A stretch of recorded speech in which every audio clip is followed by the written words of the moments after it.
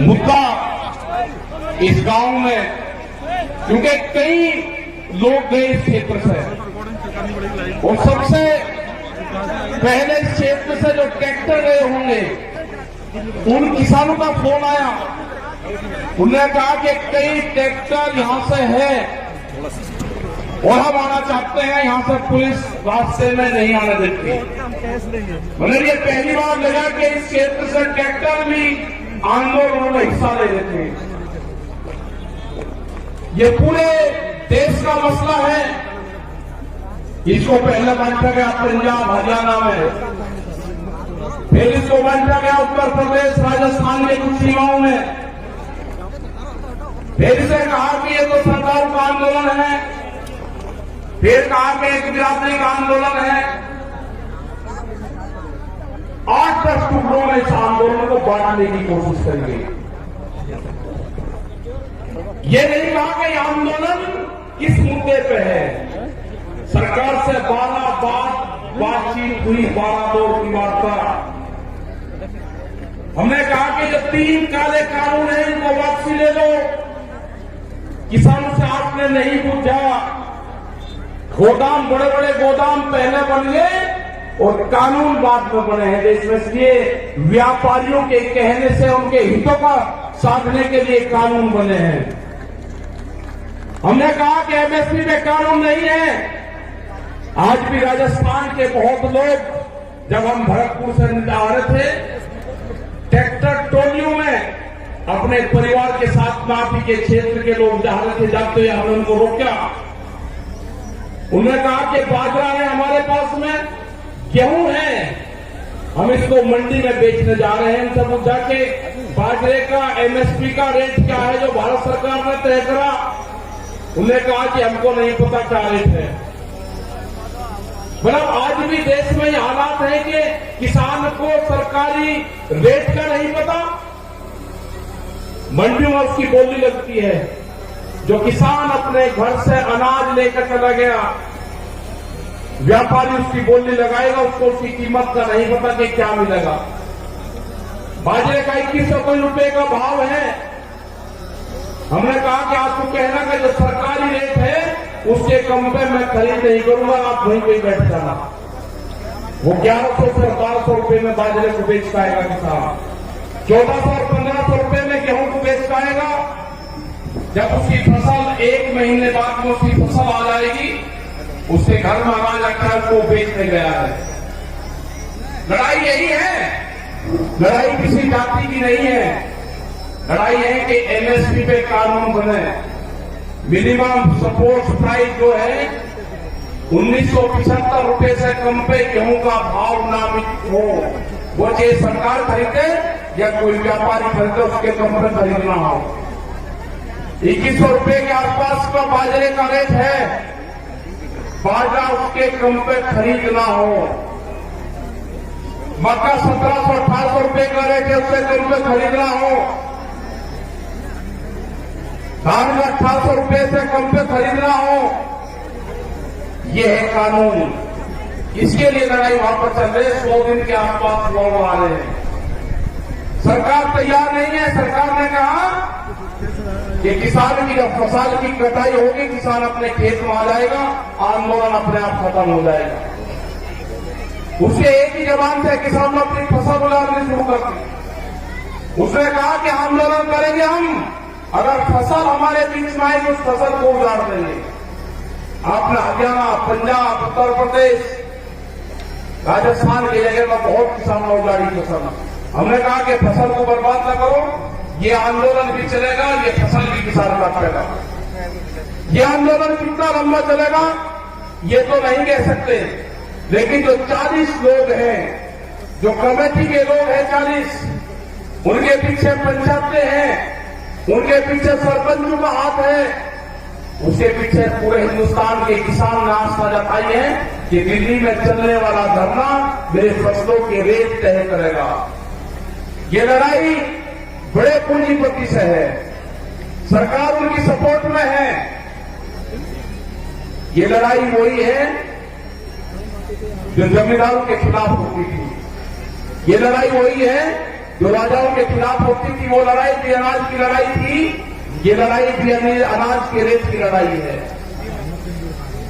मैं नौजवान साथियों को अपने, जिसने इस पूरे देश के आंदोलन की कमान नौजवानों ने संभाली है अब की बार, ये बहुत कम देखने को मिलता है कि नौजवान किसी के क्षेत्र में आंदोलन की कमान अपने हाथ में संभाली हो तो वो आंदोलन कभी फेल नहीं हो सकता।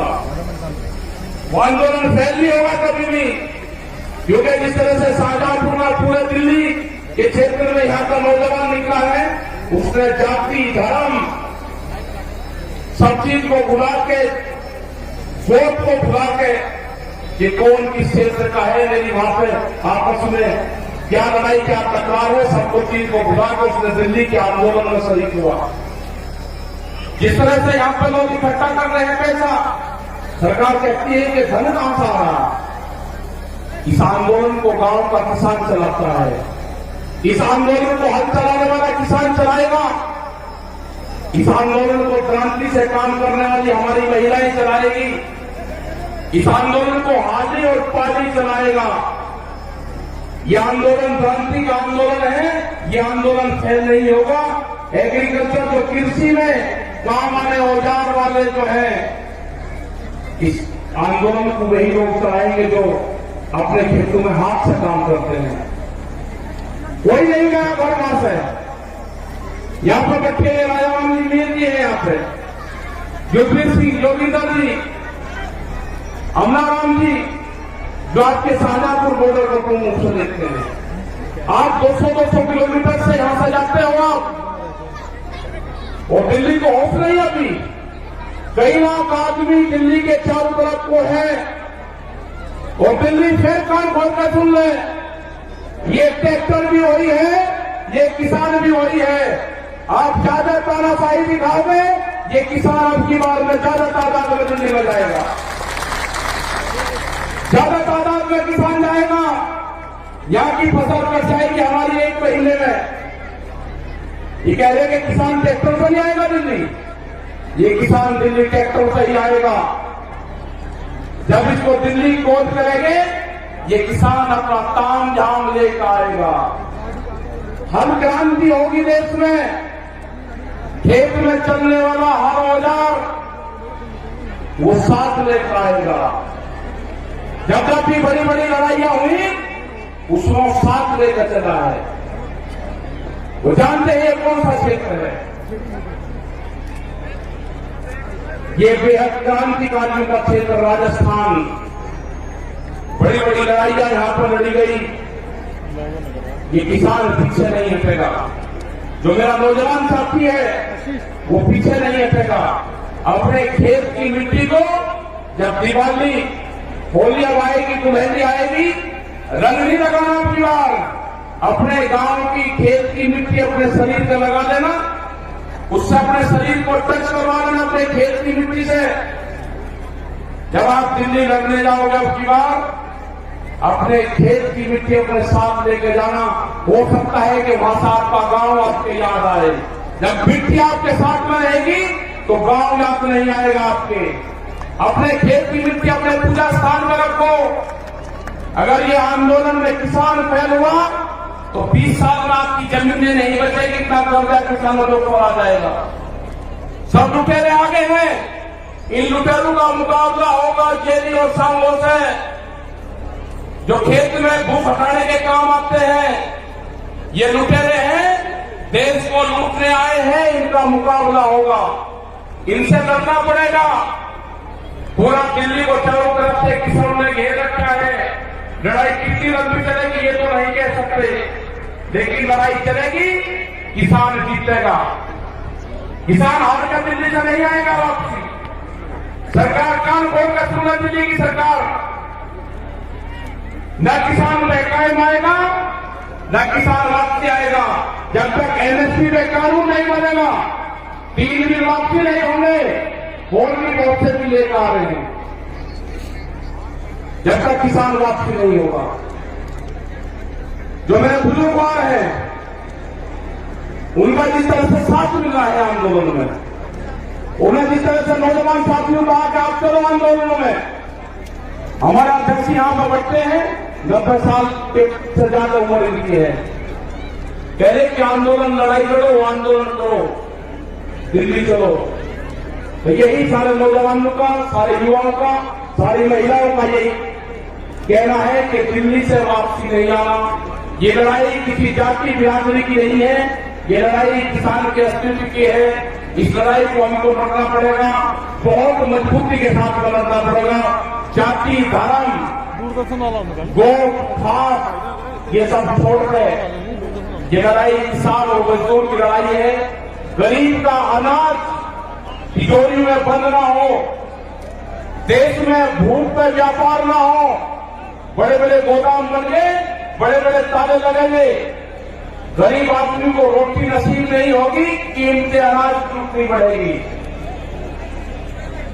ये लड़ाई है रोटी तिजोरी में बंद ना हो, ये लड़ाई है व्यापारी के चुंगल में अनाज न जाए, ये लड़ाई है किसान को फसलों के दाम मिले।